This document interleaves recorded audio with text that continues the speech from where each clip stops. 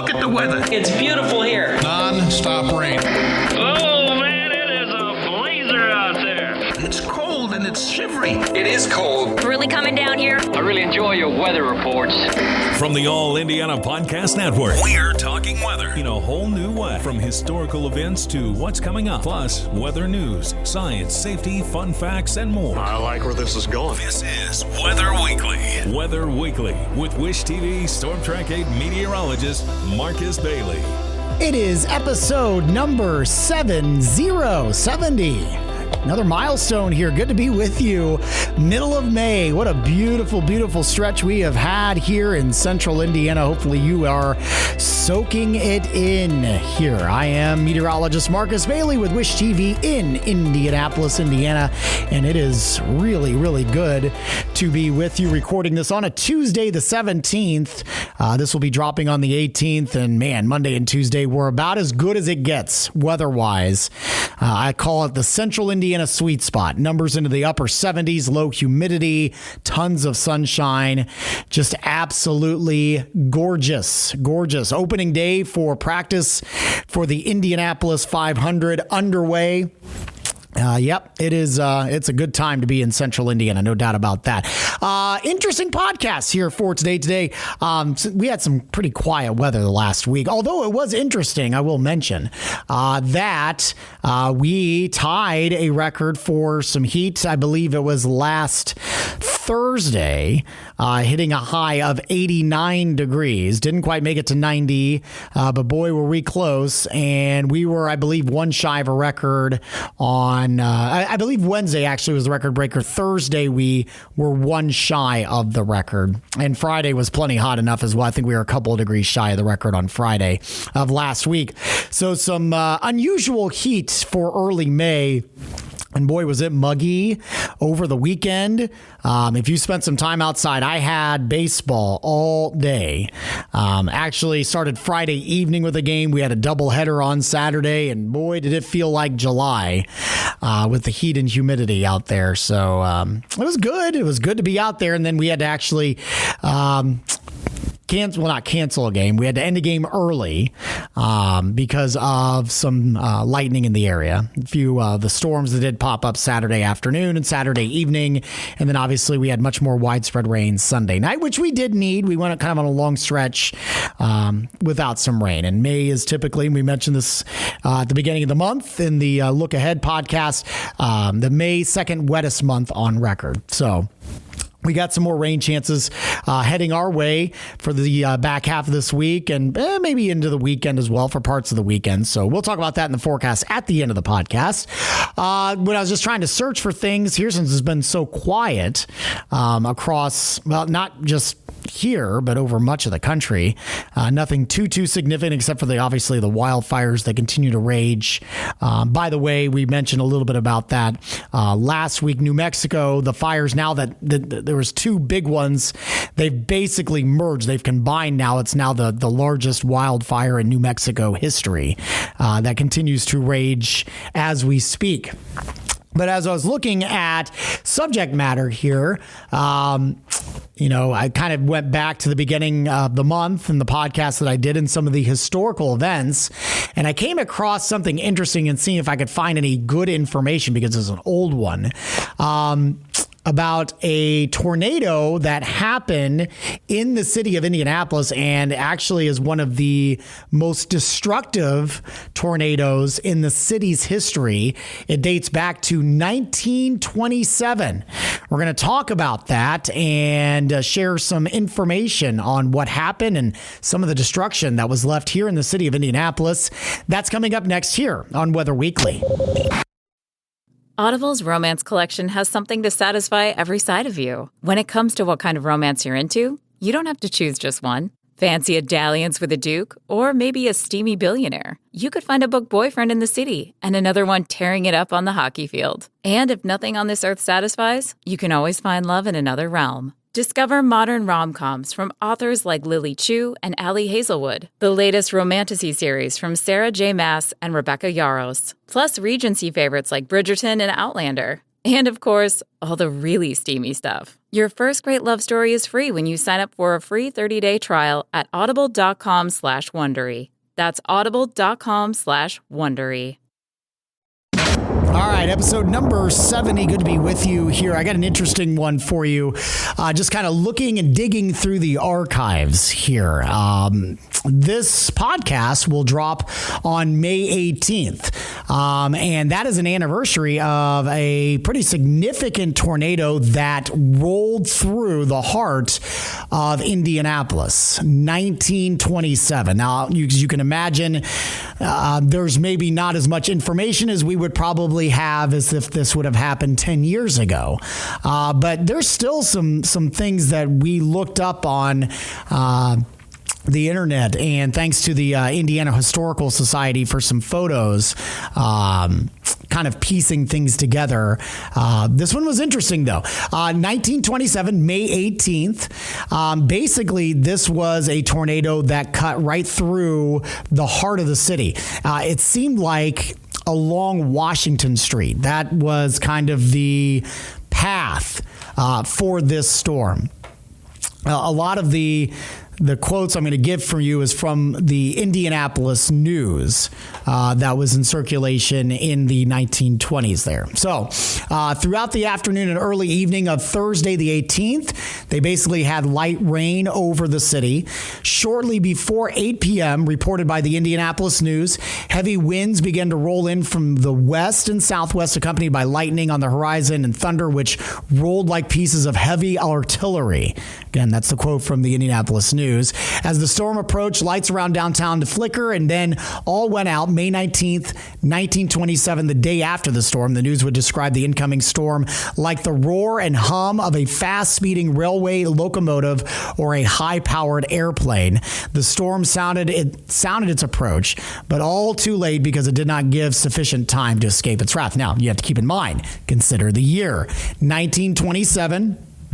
You're not getting a lot of ways to communicate. And I think more important than that is you have no way to just dissect any information from the storm. This is still 40 years before the advent of any traditional, 20 years before the advent of any traditional radar that was used for weather in the United States. So there's no way to track this storm, and the only way that you would know something significant like a tornado was happening is by eyewitness accounts, essentially. So the article goes on. The storm went over the city, caused damage from West Indianapolis through downtown into the east side. So it basically went from west to east. As the storm rolled from the west, it was hit the west side of downtown. And the area along the White River and Washington Street. The 250-foot stack of the water company's West Washington Street pumping station was brought down by the wind, severely damaging a nearby warehouse. A night watchman at the warehouse was spared only because moments before he had crossed the street to make a phone call. Only 20 feet of the stack was left standing. In the downtown core, damage was widespread, although not as structurally damaging. Numerous windows were blown out of downtown buildings, including windows of the William H. Block department store. Merchandise at several stores suffered water damage due to the blown out windows. And in some places, the streets were littered with inventory and office materials, which the storm had swept out of downtown stores and office buildings. The Near East Side took the brunt of the devastation as the storm followed Washington Street eastbound in a slight northeastern direction. The news published a map depicting the route of the tornado and the damage in its May 19th, 1927 edition, which, by the way, I will post on my Facebook page. So when you're listening to this, you can check that out. At Buchanan and Leonard Streets. This is near kind of Fountain Square. There was a religious revival tent set up by Pilgrim Holiness Church that was torn to shreds. Worshippers scattered in a panic to homes in the area. Several worshippers received varying degrees of injuries during the escape. The Indianapolis Star reported that nearly every home in the stretch along Michigan Street from Belt Railway, roughly where Tuxedo Street is, to Keeling Street lost its roof. And there's another picture that I'll be posting on there as well, coming from the Indiana Historical Society. Some of this is just utter devastation here.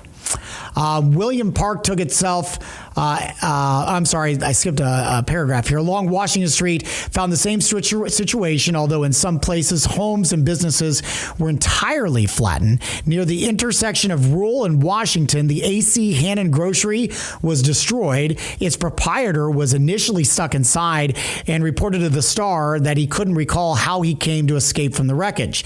On Hamilton Avenue, north of Willard Park, nearly a square block of homes were destroyed.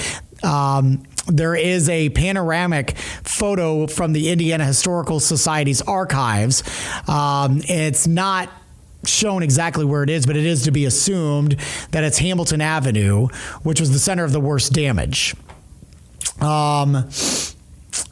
Willard Park had many of its trees uprooted or blown down and suffered the worst of the city's park system. The rail yard just south of the park also sustained serious damage to its facilities and roundhouse.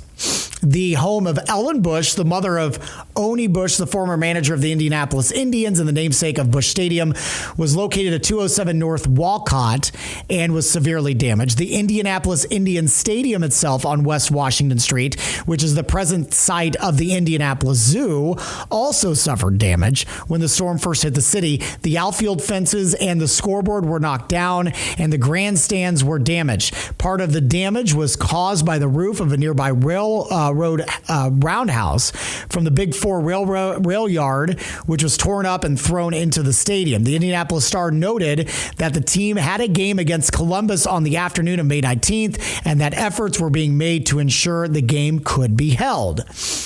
Police patrolled the affected areas, and soldiers from Fort Benjamin Harrison, were also deployed to counter potential looters. On Friday, May 20th, the Star reported that each soldier had been issued 5 rounds of live ammunition, and that the soldiers and police were under orders to shoot to kill looters in the tornado-impacted areas. The Star further reported that the police and soldiers were patrolling under orders, although there was no further explanation of what the orders might entail. So, different time in the late 1920s.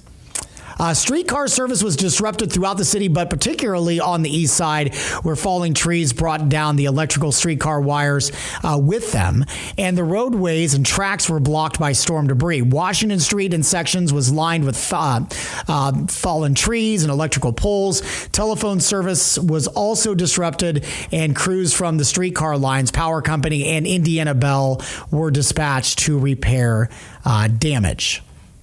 So the final stats here, earned injuries exceeded 150. Considering the destruction on the east side was rather low, several serious injuries were reported, as were numerous injuries from flying glass. Victims were taken to St. Vincent, Methodist, and St. Francis hospitals, while an emergency triage center was established at Fire Station 20 on North Bellevue Avenue. One death was attributed to the storm. 2 teenage boys, Earl Wolverton and Roger Frey, had taken shelter in the lobby of the Arthur Furniture store. That was at 2215 East Washington Street when that building collapsed around them. Rescuers followed the sounds of the two knocking on debris and used a house-moving jack to free them. Unfortunately, Wolverton's injuries were too severe, and he succumbed a few days later. The Red Cross also established an aid station at 2325 East Washington Street, and Tomlinson Hall was open as a shelter, although the use was limited as those displaced from their homes found accommodations with family and friends. So, again, pretty devastating tornado. If you want to find out more about this, class900indy.com. Check out that website there. In terms of tornadoes in Indianapolis, now, unfortunately, the Weather Service and the Weather Service, the records do go back, but they're not as organized as you would want prior to, say, the 1950s. And so basically they have everything kind of broken out county by county on the National Weather Service's site from 1950 to today, basically. With that, there have been, since 1950 to now, to present day, 47 tornadoes. That's correct. Yes, 47 tornadoes within Marion County. So that is here in Indianapolis. I don't believe I know. I think the last I saw was an F3 rating on that tornado, although I could be mistaken. That would equal the strongest tornado on record. It certainly had the most injuries. Between 1950 and present day, there have been a total of 209 injuries total of those 47 tornadoes, the highest of which was in 2002 in Southport. It was an F2 tornado. It created $40 million in damage. Then you'd have to go to 2004 in Sunshine Gardens. There were 26 injuries there. In 2008, there were 18 injuries in Lawrence. To 1963, 20 injuries in Indianapolis. That was on April 22nd. So by far the one of the more devastating tornadoes. But I should mention there were no fatalities with any of the tornadoes between 1950 and present day. So this one was one of the more deadly, even though it was only one death. And again, over 150 injuries were attributed to this massive tornado that tore right through the heart of the city, right on Washington Street, and even went through downtown Indianapolis. So just thought you'd find that interesting. If you want more information, again, go to class900indy.com. I think the Indiana Historical Society as well has archived photos and news articles, both from the Indianapolis News and the Indianapolis Star, documenting both of those events. So make sure you check that out. We'll talk about our severe weather chances as the precipitation chances kind of start to ramp up here for the second half of the week. That's coming up in your forecast next here on Weather Weekly. Here's a look at the forecast for the week of May 16th. We started off beautiful, obviously. The second half of the week, not quite as nice. It's not going to be awful, but we're going to kind of crank up the humidity a little bit. And we'll kind of increase storm chances. Begins on Wednesday as this podcast drops, if you listen to it when it does drop, the 18th, with some scattered showers and thunderstorms in the morning. And then we'll likely see some isolated storms, potentially some strong storms south of I-70 for the afternoon. Damaging winds going to be kind of the primary concern there. As we head into Thursday, I think a lot of Thursday is likely going to be dry. However, we will likely see some pop-up or isolated storms Thursday afternoon with just some of the heating of the day. Few and far between. I wouldn't bet on rain for your Thursday afternoon. Friday, then another system coming in, already highlighted as a potential for severe storms. Friday afternoon and Friday night as a more dynamic system starts to kind of ride through here and likely will carry over into early Saturday morning. We're likely going to see our numbers boosting into the mid-80s for Thursday and Friday. We'll cool back to the mid-70s behind the front on Saturday. By Sunday, highs will only be in the mid and upper 60s, and that will likely carry over into Monday. So that is running a little bit below average for this time of year, but we'll quickly climb the ladder to the low and mid-70s by midweek for the 24th to 25th and into the low 80s, it looks like, as we get to Carb Day, which is Friday the 27th here in Indianapolis, a big party and celebration. Gearing up for the 106th running of the Indianapolis 500. Obviously, it's a little too early to talk about temperatures that far out, although I'm certainly not going to touch on rain because that's way far out. The European Ensemble is saying for race day a high of 80 degrees. That would be ideal. The GFS... Give me 1 second here. I'm doing this on the fly. The GFS for race day is going at 78. So nice temperatures there, running a little bit above average. Tough to tell if we're going to have high humidity or not. As we get closer, though, it's something we'll kind of keep an eye on. As we get closer and closer to race day, which is about a week and a half away. So we're excited about that. Thank you so much for checking in on the podcast. We'd love to hear your thoughts, comments, concerns. You can email me anytime, marcus.bailey@wishtv.com. I'm also on social media at Marcus Bailey on Twitter, and you can search Marcus Bailey Weather on Facebook and Instagram as well. Shoot me a private message if you have any ideas that you'd like me to address on the Weather Weekly podcast. While you're here, make sure to check out all the other great podcasts, all part of the All Indiana Podcast Network. Have a great week. We'll talk to you next week, and God bless. Discover more from Storm Track 8 Weather and Wish TV. Online at wishtv.com and when you follow Wish TV on Facebook. Plus, be sure to check out more great podcasts from the All Indiana Podcast Network now at allindianapodcastnetwork.com.